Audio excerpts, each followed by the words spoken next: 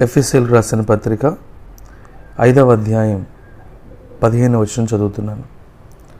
మీరు సమయమును పోనీయక సద్వినియోగము చేసుకొనుచు అజ్ఞానుల వలె కాక జ్ఞానుల వలె నడుచుకున్నట్లు జాగ్రత్తగా చూచుకొనుడి. మరలా చదువుతున్నాను. మీరు సమయమును పోనీయక సద్వినియోగము చేసుకొనొచ్చు అజ్ఞానుల వలె కాక జ్ఞానుల వలె నడుచుకున్నట్లు జాగ్రత్తగా చూచుకొనుడి. ఈరోజు దేవుడు మనకిచ్చిన సమయాన్ని మనం ఎంతో విలువగా ఎంచాలి.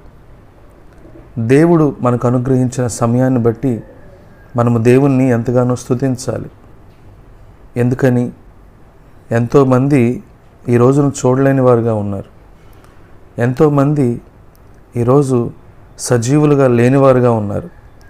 ఎంతోమంది ఈరోజు సురక్షితంగా లేనివారుగా ఉన్నారు.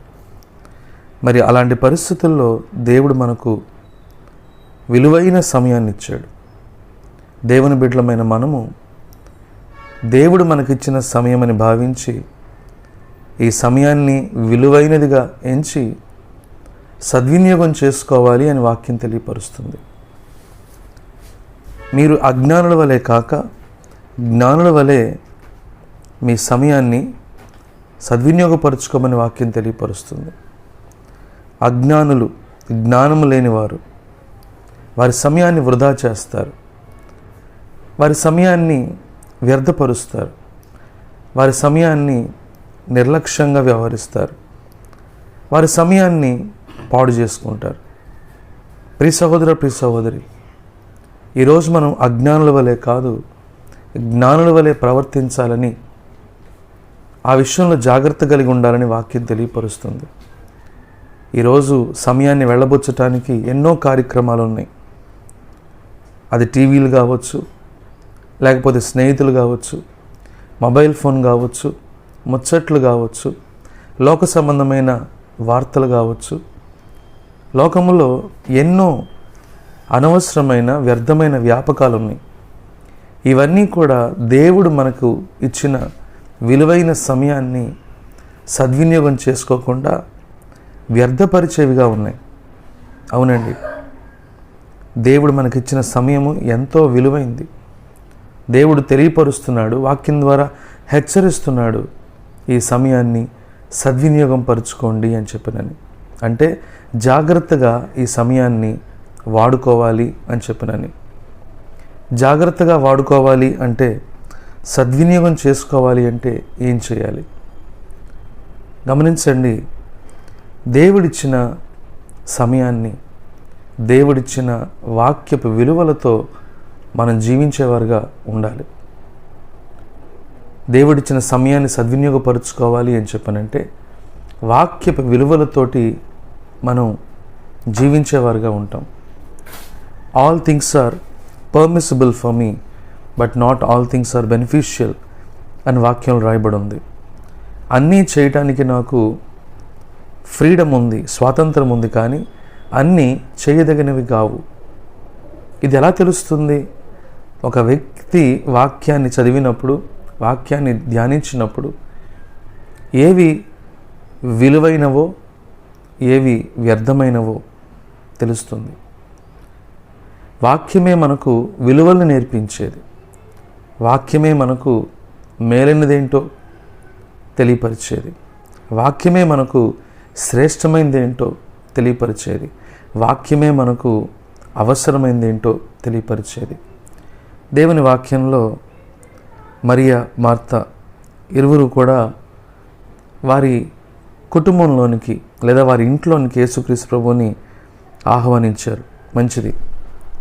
యేసుక్రీస్తు ప్రభు వారి ఇంట్లోకి వచ్చాడు. వచ్చిన తర్వాత మరి మార్త ఎన్నో పనులు చేస్తుంది, పరిచర్య చేస్తూ ఉండొచ్చు బహుశా. కానీ మరోపక్క మరియా ప్రభు పాదాల దగ్గర కూర్చొని బహు జాగ్రత్తగా ఆయన చెబుతున్న మాటల్ని శ్రద్ధగా ఆలకిస్తుంది. గమనించండి, యేసుక్రీస్తు ప్రభు గృహంలోకి వచ్చాడు. ఇద్దరికీ కూడా సమయం ఇవ్వబడింది. ఒకరేమో ప్రభు పాదాల దగ్గర కూర్చున్నారు, ప్రభు స్వరాన్ని వింటున్నారు. మరొకరేమో మరి పనులు చేస్తున్నారు. మార్త ప్రభు దగ్గరికి వచ్చి అంటుంది కదా,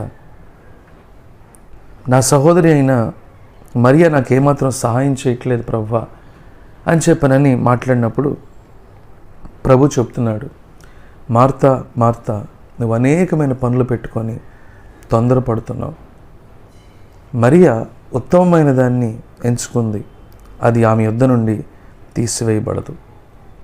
ప్రియ సహోదరి, మన సమయాన్ని విలువగా గడపటము అని చెప్పనంటే మనం దేవునితో గడపాలి.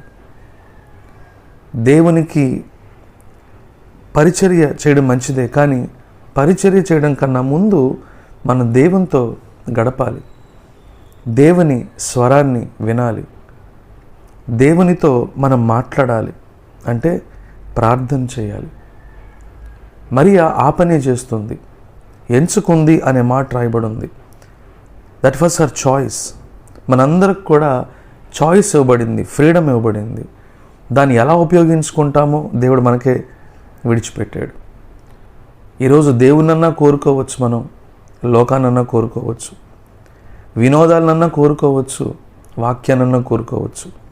పూర్తిగా దేవుడు స్వేచ్ఛ ఇచ్చాడు. అయితే ఈరోజు మనం జ్ఞానుల వలె నడుచుకునేటట్లుగా ఉంటే మనం దేవుణ్ణి కోరుకుంటాం, దేవుని వాక్యాన్ని కోరుకుంటాం, దేవునితో సహవాసాన్ని కోరుకుంటాం. అవునండి, మరియ చేసిన పని అదే. అది ఆమె యొద్ద నుండి తీసివేయబడదు అని చెప్పనని వాక్యం రాయబడి ఉంది. ఎప్పుడైతే ఆమె శ్రద్ధగా ప్రభు మాటలు విందో కొంతకాలం తర్వాత మరి ఎంతో విలువైన అత్తరును తీసుకొచ్చి ఆమె ప్రభు పాదాల మీద పోసి తన తల వెంట్రుకలతోటి ఆ పాదాలను తుడుస్తూ ఉంది, ఆ పాదాలని ముద్దు పెట్టుకుంటూ ఉంది. ఒక విధంగా చూస్తే అద్భుతమైన ఆరాధన చేస్తూ ఉంది. చుట్టుపక్కల వాళ్ళందరూ కూడా ఆమె ఏం చేస్తుందో అర్థం కాలేదు. ఆమెను అభ్యంతరపరిచే ప్రయత్నం చేశారు. కానీ ఆమెకు తెలుసు ఆమె ఏం చేస్తుందో, ఎంత విలువైన పని చేస్తుందో, దేవునికి ఎంత అంగీకారమైన పని చేస్తుందో ఆమెకు బాగా తెలుసు. అందుకని ప్రభు చెప్పాడు, ఆమెను ఎవ్వరూ ఆటంకపరచొద్దు, ఆమె మంచి పని చేస్తుంది, నన్ను నా మరణానికి సిద్ధపరుస్తుంది. ఎన్ని చోట్లయితే స్వార్థ ప్రకటించబడుతుందో ఈమె పేరు కూడా అక్కడ ప్రకటించబడుతుందని ప్రభు సెలవిచ్చాడు. ప్రియ సహోదరి, దేవుని స్వరాన్ని వింటే, దేవుని మాటలు వింటే నీ క్రియలు కూడా బాగుంటాయి. నీ క్రియలు దేవుణ్ణి సంతోషపరిచేవిగా, దేవుణ్ణి ఘనపరిచేవిగా, దేవునికి ఇష్టమైనవిగా ఉంటాయి. నీ జీవితము ఒక ఆశీర్వాదకరమైన జీవితంగా ఉంటుంది. నీ జీవితము ఒక సాక్షార్థమైన జీవితంగా ఉంటుంది. నీ జీవితము అనేక మందికి మాదిరికరమైన జీవితంగా ఉంటుంది.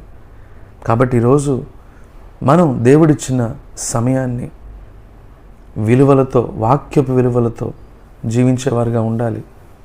అలాగే దేవుని వాక్యాన్ని బట్టి ఏది మేలో ఏది కీడో తెలుసుకొని మేలైన పనులు చేసేవారుగా ఉండాలి. అలాగే దేవుడు మనకు అప్పగించిన బాధ్యత, అది కుటుంబ బాధ్యత కావచ్చు, ఉద్యోగం బాధ్యత కావచ్చు, అలాగే పరిచర్య బాధ్యత కావచ్చు. దేవుడు మనకు అప్పగించిన బాధ్యత ఏదైనా సరే నమ్మకంగా చేసి మనం చేసే పనుల్లో దేవుణ్ణి మహింపరచాలి, ఘనపరచాలి. తద్వారా దేవుని మహిమ గుణాతిశయములను మనం ప్రచురపరిచేవారుగా ఉండాలి. అటువంటి కృప దేవుడు మనకు అనుగ్రహించునుగాక. ఆమెన్. చిన్న ప్రార్థన చేసుకుందాం. మహాపరిశుద్ధుడా, సర్వశక్తి కలిగిన దేవా, మీకు స్తోత్రం. విత్తబడిన వాక్యం అందరి హృదయాల్లో పనిచేయనట్లు, ఫలించినట్లు సహాయం చేయండి. రోజంతట్లో మీ కృప, మీ కాపుదల, మీ క్షేమం మాకు దయచేయండి. ప్రతి కీడు నుండి తప్పించి మిమ్మల్ని ఘనపరిచే ఉన్నతమైన కృప మాకు దయచేయమని, మమ్మల్ని ఆశీర్వదించమని, మా సమయాన్ని పోనీయక సద్వినియోగపరచుకోవడానికి సహాయం చేయమని యేసు నామములో అడిగి వేడుకొని ప్రార్థిస్తున్నాం తండ్రి. Amen.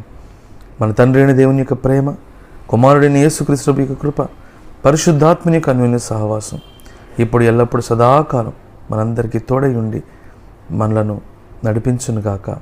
Amen. God bless you.